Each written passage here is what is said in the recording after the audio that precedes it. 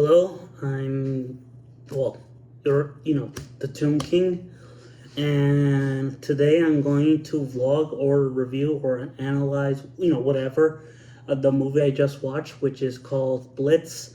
It's a World War II film directed by Steve McQueen, best known for directing films like 12 Years a Slave and Shame. His last film, which was in 2018, was Widows, and I quite enjoyed that one. Like, especially for the directing and all that stuff. Story was great, perfectly executed. But that's the great thing about this guy. He can execute the most bare bones story to still perfection.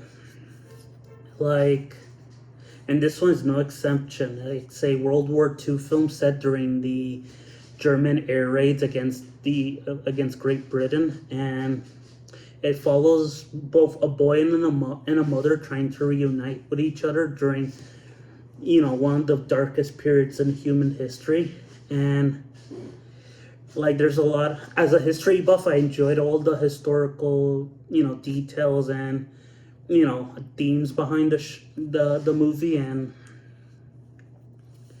for example, the film clearly shows that there's a certain hypocrisy with the British Empire, because they're fighting for freedom and peace, yet they gain all their resources, wealth, and all this memorabilia from invading other countries, similar to Nazi Germany. There's a running theme of prejudice against blacks and anyone who's not quote unquote white, which is especially terrifyingly relevant after the aftermath of the elections. There's a running motif of this. I don't know if I call it stock footage or just a filter of flowers, and it's a running motif of 3 times where it appears once in the beginning, once in the middle, and once in the end, where basically these flowers covered in white would show up, and it basically in the beginning and end, basically the mother tells her boy, what would you wish for? And we never get the answer, but based on the images on display, it's peace. No single word, just the visuals tells the story. That's goddamn perfection. And the boy, the structure with the boy's plot is very similar to a fairy tale. Any fairy tale character, he encounters a bunch of characters during situations. I would compare it to Pinocchio in a way. He's separated from a parental figure, he meets a lot of characters, and then reunites with his parental figure. It's he has a dream sequence of reuniting with all the people he met. The good ones. That there's some fucking disturbing, disgusting people that he meets. It's basically the British Mafia. And I'm like, Jesus Christ. Wow. I'm like, kid, you made the right choice to run. Yeah, those guys are probably fucking dead, and dozens of robo-suits are agreed. But yeah, Steve McQueen can take the most bare bones story and tell it with perfection. If you give him a decent paper, I would say, okay, it's okay. If you read the premise in paper, it should be basic Oscar bait and a basic movie. But the execution is what matters. It also is highly critical of the British system. I already said that, but yeah, one of my favorite scenes in the movie is right almost in the middle. Well, in between the middle. It's complicated.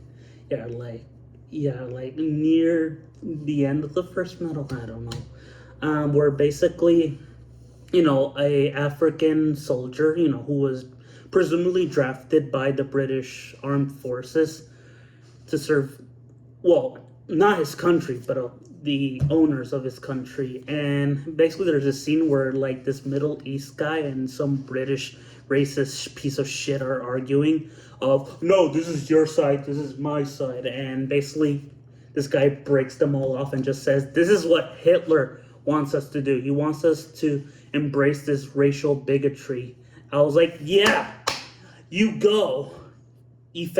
You go, Ife. You're my favorite character in this film. It's just a shame because he dies a horrible death.